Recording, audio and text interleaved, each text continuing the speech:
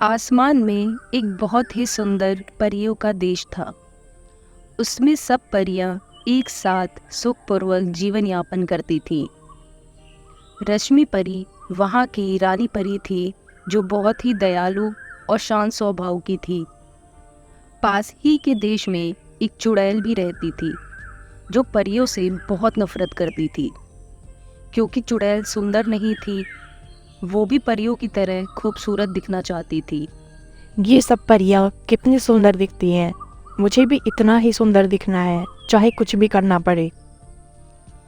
एक दिन चुड़ैल अपनी गुरु माँ के पास जाती है और कहती है, बुरू माँ, मैं भी परियों की तरह खूबसूरत दिखना चाहती हूँ। कृपया आप मुझे कुछ उपाय बताओ। गुरु माँ कहती हैं, ऐसा नहीं हो सकता। आपके पास जैसा रूप है वैसा ही दिखेंगे। ये प्रकृति का नियम है, इसे हम नहीं बदल सकते, इसलिए ऐसा ख्याल छोड़ दो। चुड़ैल ने गुस्से में कहा, आप मुझे ज्ञान मत दे, मुझे बताओ कि मैं सुंदर कैसे हो सकती हूँ, वरना मैं आपको मार डालूंगी। गुरु माँ कहती है, अगर इतना ही घमंड है अपनी ताकत पर, तो एक उपाय है। परीलोक की रानी के पास एक नागमणि है, जो सभी मनोकामनाएं पूरी करती है। आज तक वो मणि कोई नहीं ला सका है। बहुत लोगों ने आक्रमण किया, लेकिन सबकी हार हुई है। यह सुनकर चुड़ैल कहती है, मैं लेके आऊंगी वो मणि और मैं भी परियों जैसी सुंदर दिखने लग जाऊंगी।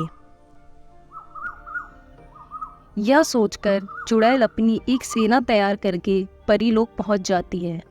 वहां जाकर वह रश्मि परी से कहती है, तुम्हारे पास जो नागमणि है वो मुझे चाहिए। वो नागमणि मुझे दे दो, वरना मैं तुम्हें मार डालूंगी।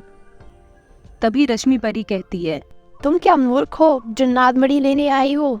वो हमारा वरदान है, उसे हमसे कोई नहीं छीन सकता। अगर अपना भला चाहती हो तो चुपचाप यहाँ से चली जाओ। तब चुड़ैल अपनी सेना को आक्रमण करने का आदेश देती है। लगता है ये लोग ऐसे नहीं मानने वाले, हमें अपनी शक्ति दिखानी ही पड़ेगी।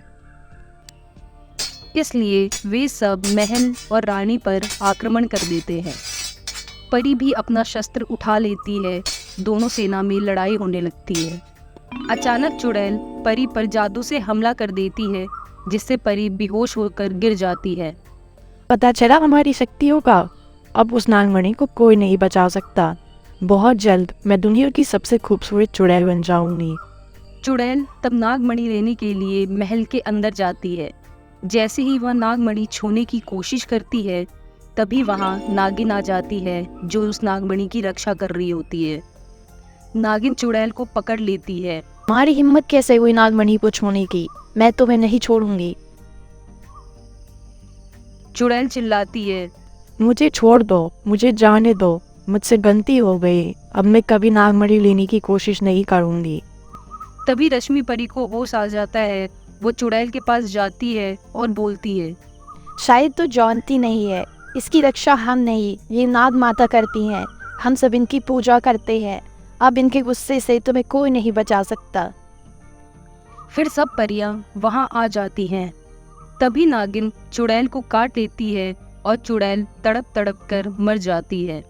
यह देखकर उसकी सेना वहां से भाग जाती है और कोई भी दोबारा उस नागमणि को लेने की हिम्मत नहीं करता है।